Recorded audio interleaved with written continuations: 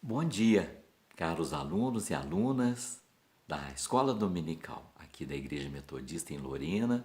Com alegria, estamos novamente com esta oportunidade de nos reunirmos como igreja em escola dominical. Boas-vindas a todos e a todas. E a todos quantos também tiverem oportunidade de estar nos ouvindo nesta manhã. Que Deus nos abençoe a todos e nos dê crescimento com a sua palavra. Vamos orar. Agradecemos, Senhor, por esta oportunidade maravilhosa de podermos alcançar com a tua palavra tantas pessoas, tantos irmãos, irmãs, queridos e queridas. Peço, Senhor, que a tua palavra seja revelada, seja, Senhor, exposta de uma maneira sábia e poderosa para que todos nós possamos crescer pela palavra tua que é vida, que é fonte de toda a vida, Senhor. Eu te agradeço, peço, no nome de Jesus. Amém, Senhor. Caros irmãos, então nós estamos prosseguindo com a unidade que foi iniciada pela nossa irmã Silvana, a maturidade cristã, baseada na publicação da editora Angular da Igreja Metodista no Brasil, para lições de escola dominical, a revista Em Marcha. E ela traz o tema para nós neste momento, que é a maturidade cristã, e um tema subdividido em três menores. Fé, menores, maneira de dizer, né, meus irmãos, mas são tão grandes quanto, né? Fé, experiência e convivência, que eu poderia também colocar como comunhão, né?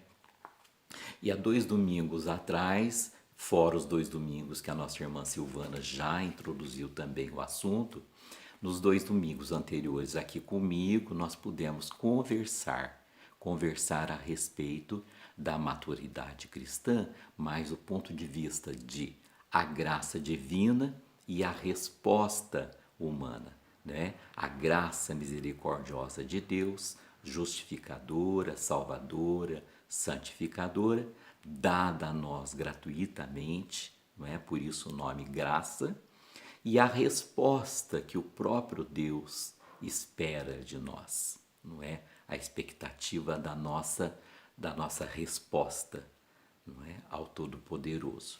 Então, nós pudemos conversar 2 domingos passados, mas na verdade o assunto vai se subdividindo e muitas vezes ele é retomado, não é? Ele é retomado.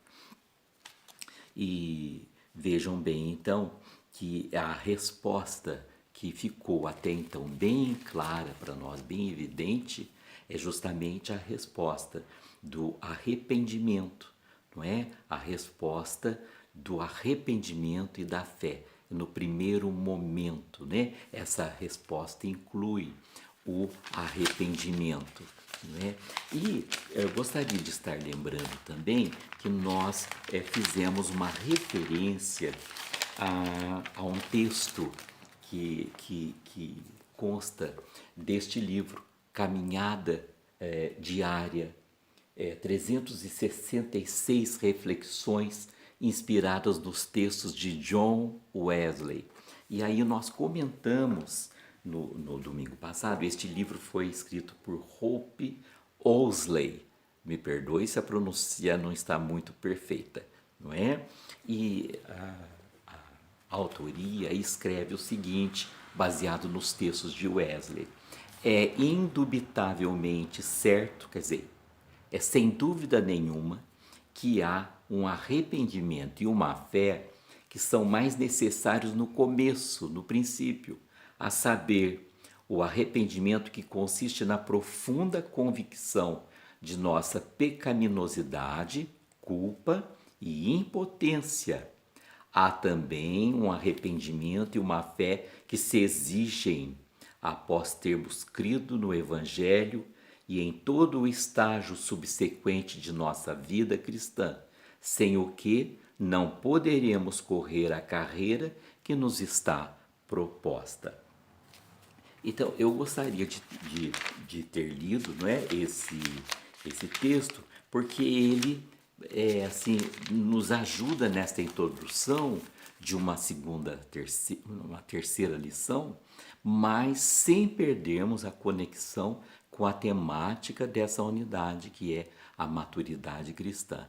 E como vimos no domingo passado, em nossa lição, nos domingos anteriores, que há uma resposta humana que se inicia, né, a princípio, com o arrependimento e com a fé. Não é? O momento em que reconhecemos o nosso pecado, a nossa culpa, mas no dizer do autor do livro que nós citamos agora há pouco, não é, baseado nos textos de John Wesley, esse arrependimento é uma constante que se renova a cada dia. Não queremos dizer que todos os dias nos devemos arrepender novamente pelos pecados que já confessamos e que já recebemos, pelos quais já recebemos o perdão pela graça divina, pela propiciação dos nossos pecados por nosso Senhor Jesus Cristo na cruz. Mas há necessidade de a cada dia, neste processo de santificação, pela revelação do Espírito Santo, possamos sempre estar prontos e atentos e alertas para a voz do Espírito Santo, nos dizendo: este é o caminho, andai nele, sem vos desviardes nem para a direita, nem para a esquerda, não é? Então, é como diz João em sua primeira carta, lá no capítulo 2, versículo 1 e 2, filhinhos, filhinhos, estas coisas eu vos escrevo para que não pequeis. Todavia, se alguém pecar, temos advogado junto ao Pai, Jesus Cristo, o justo, e ele é a propiciação pelos nossos pecados. Então, a palavra do Senhor é para que nós não pequemos mais a partir do nosso arrependimento. Mas é certo também, não é, que a palavra nos adverte que nesse processo de dia a dia, esse novo nascimento que Jesus coloca em sua palavra, não é? É um crescimento constante, há uma operação do Espírito Santo em nós, dia a dia, a cada dia, como nós pudemos já refletir bastante nos domingos anteriores. Então, hoje, na verdade, nós queremos prosseguir, vamos ampliando as nossas reflexões, os nossos pensamentos, não é? Sobre esta palavra. A lição de hoje chama-se arrependei-vos. Arrependei-vos. Então, nós queremos prosseguir conversando sobre o conceito do arrependimento. O Evangelho nos diz assim: somos pecadores e pecadoras, e o perdão de Deus permanece sempre disponível a nós. No entanto, para alcançar este perdão, é necessário um verdadeiro arrependimento. Então não é um simples remorso, não é uma rápida reflexão, não devia ter feito isso, mas agora já fiz, o que está feito, e não é isto, não é? O arrependimento precisa ficar claro para nós que a Bíblia coloca o arrepender-se, o ato de arrepender-se, com o retornar da pessoa, não é? Retornar do pecado para Deus. Mudar a forma de pensar. Quer dizer, o arrependimento, repito, é um retornar do pecado, é um retornar para Deus e uma mudança de pensamento, de visão das coisas. E essa mudança é nos dada pelo próprio Espírito Santo, esta capacidade, não é? Ele vem para convencer do pecado, da justiça, do juízo. Jesus diz: eis que estou convosco todos os dias. Então nós temos que estar atentos, não é? Esse constante voltar, como nós temos visto também pela carta de João, não é? Para que não pequeis, todavia. Então, todavia, se alguém pecar, confesse ao Senhor e volte-se rapidamente para o Senhor, neste processo de dia a dia, de sermos purificados como a prata, como a prata. Bom, o texto base para nós hoje, então, é o texto do Evangelho de Marcos, no capítulo 1, capítulo 14 e versículo 14, e versículo 15. Vejam lá, Marcos 1, 14, 15. Diz assim: depois de João ter sido preso, João Batista, né? Jesus foi para a Galiléia, pregando o evangelho de Deus. E ele dizia, aqui são as palavras do próprio Jesus: o tempo está cumprido e o reino de Deus está próximo.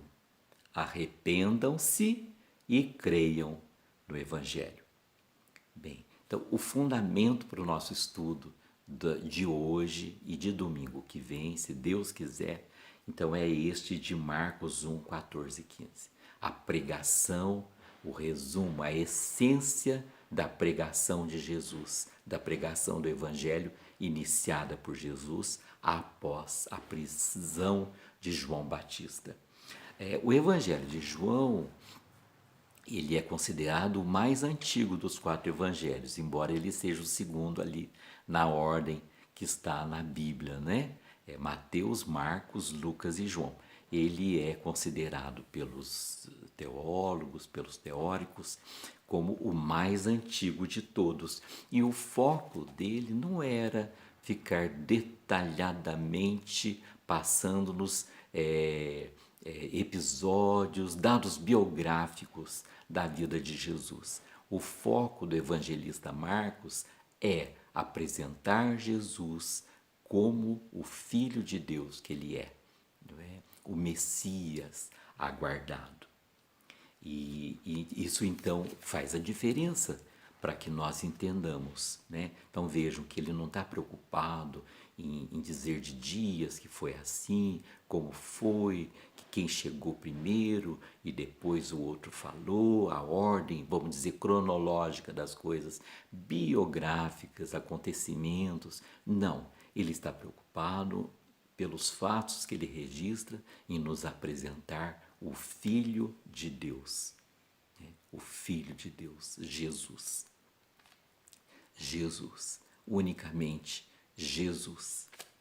Bom, e ele faz um resumo, não é? E da palavra de Jesus. É interessante que Jesus começa então a sua pregação quando João é retirado do cenário, não é? E João, nós sabemos que ele profeticamente foi anunciado como aquele que viria antes preparar o caminho do Senhor. Então ele chega antes de Jesus, não é?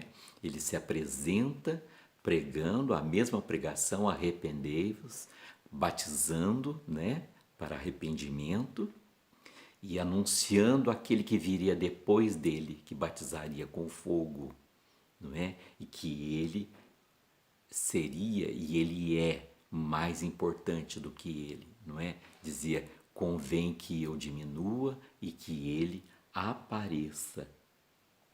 Então, João, não é? A profecia que anunciava João, que viria antes de Jesus, não é? Ele diz: eu sou a voz do que clama no deserto, preparai o caminho do Senhor.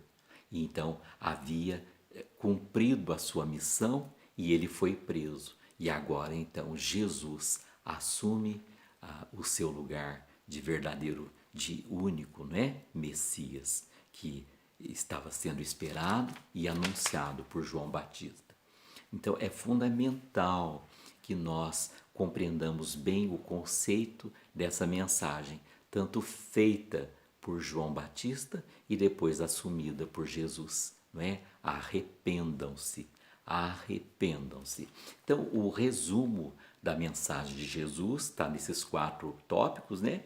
O tempo está cumprido, Jesus anuncia, né?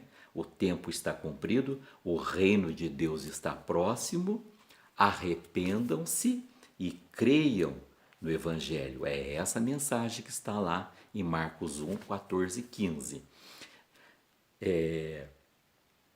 Em poucas palavras, né? Nessa pregação, Jesus anuncia a chegada do reino de Deus e faz o convite para que as pessoas se voltem ao Senhor e aceitem sua mensagem.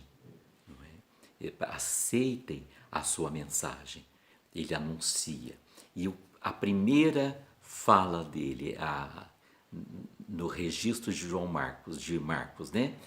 O tempo está cumprido. O tempo é chegado. Cumpriu-se o tempo estabelecido por Deus. Chegou o reino de Deus. O tempo está cumprido.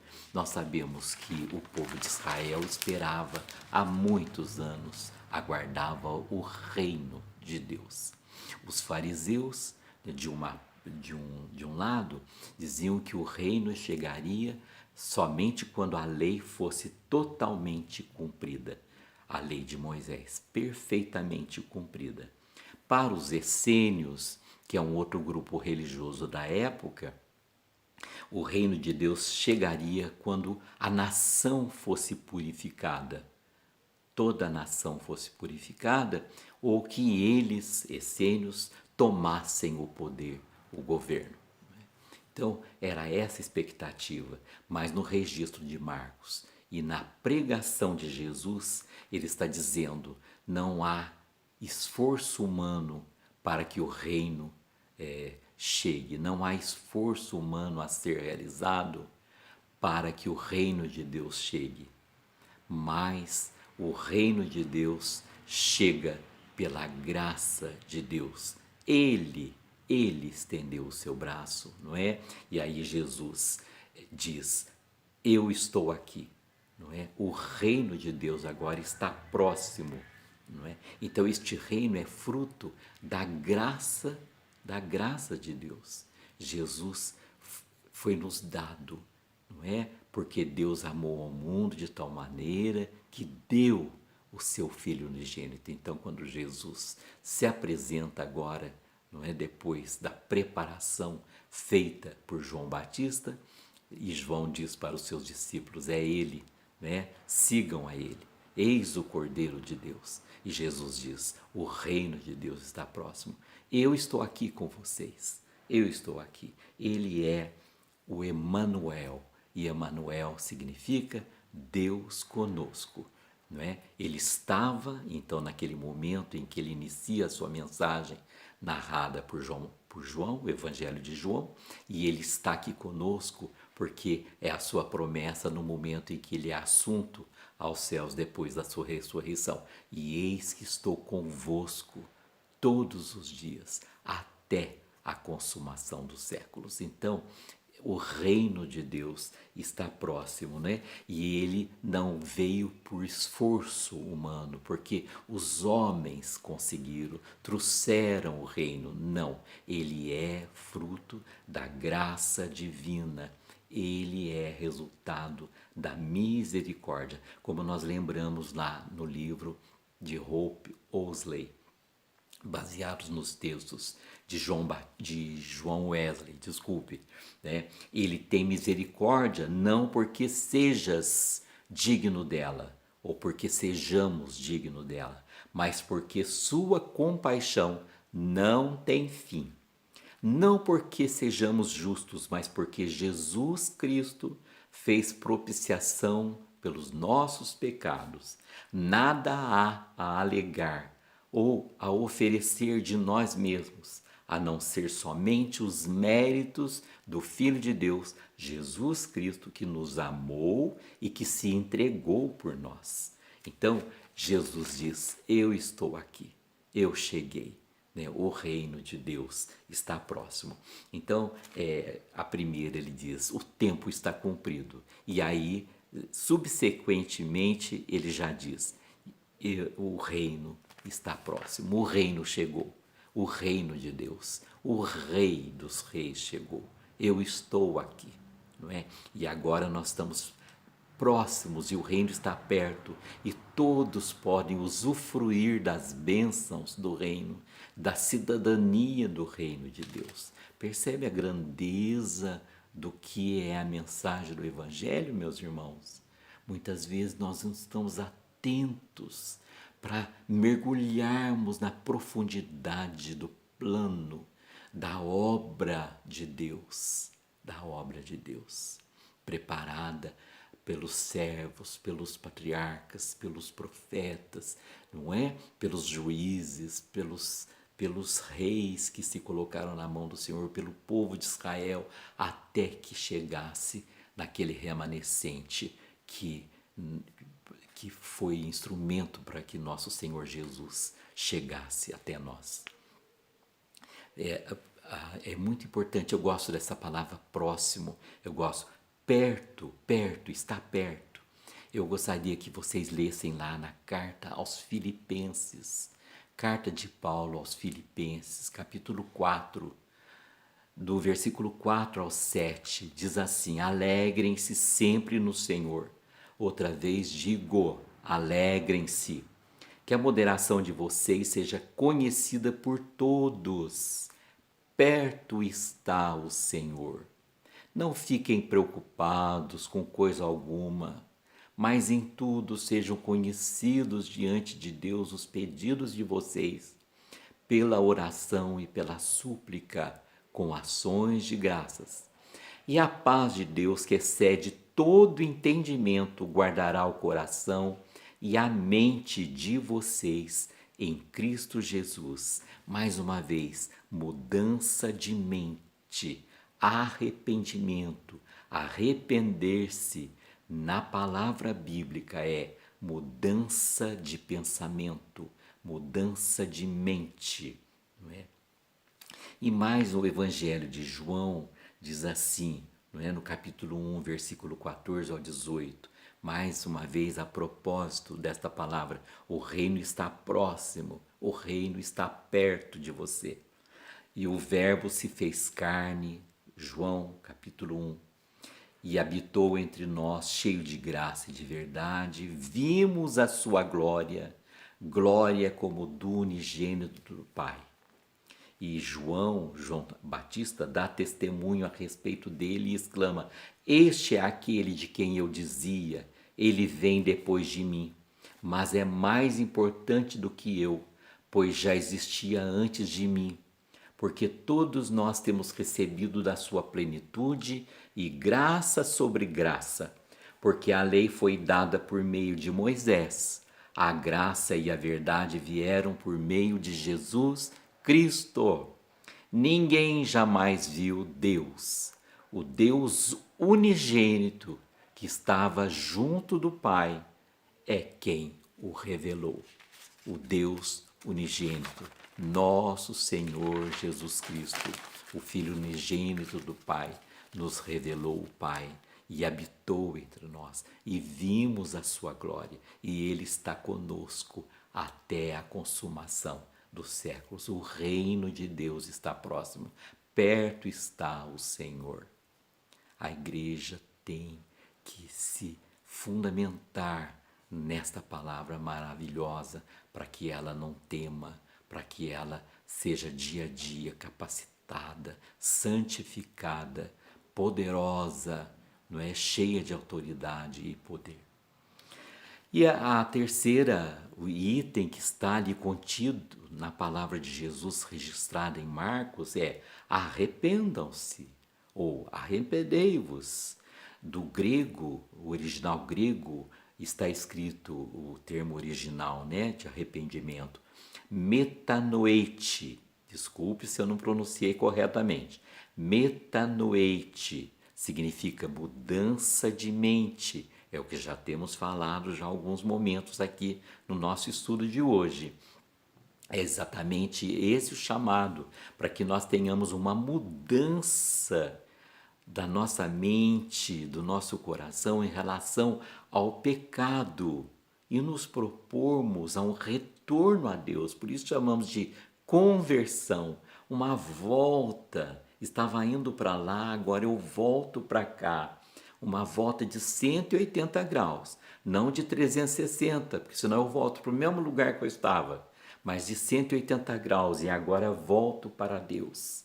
Não é? Numa transformação, numa proposta de nova vida que o próprio Espírito Santo vai gerando em nós, no querer e no executar, como nós já falamos bastante nos domingos anteriores. O resultado do arrependimento, esse arrependimento constante, é um abandono do pecado, é um abandono da velha vida, não é? Então, a pretexto dessa significação de mudança de mente, nós vemos Paulo reforçar, não é?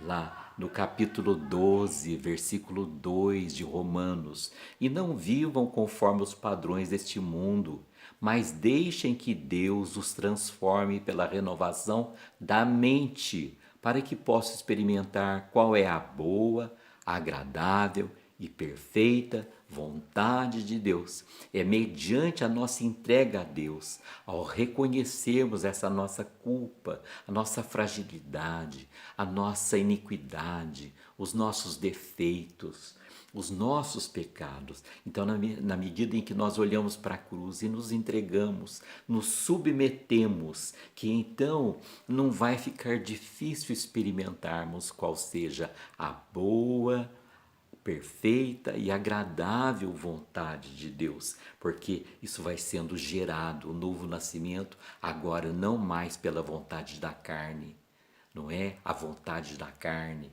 que era de acordo com a vontade do mundo, os padrões do mundo, mas agora pela renovação da nossa mente, a nossa vontade se volta para a vontade de Deus.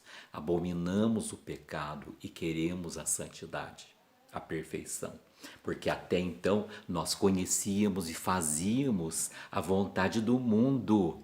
E a vontade do mundo, ela negligencia a vontade de Deus nos seus caminhos, nos seus pensamentos, nos seus critérios, nos seus valores, nos seus juízos, nos seus comportamentos, não é? Então nós temos que olhar para o sistema mundano, esse sistema secular, não é? Da vontade do homem, que se norteia por princípios e valores que não são do reino de Deus, né? E nós olhamos e abominamos e rejeitamos, e daí nos voltamos pela vontade do Espírito Santo para desejarmos fazer a vontade de Deus. Agora passamos a desejar ansiosamente fazer a vontade de Deus. E quando a cada momento, porventura, aconteça de algum pecado, algum desvio dessa vontade de Deus em nossa vida, nós devemos ouvir a palavra do Espírito Santo dizendo: não vá por aí, isto não está certo, volte-se para Deus. E nós nos arrependemos e renovamos o nosso arrependimento e pela fé nos apropriamos dessa graça que vai nos capacitando dia a dia à perfeição cristã. Nós vamos parar por hoje aqui, mas o assunto continua, se Deus quiser, no domingo que vem. Um abraço para todos, bom domingo.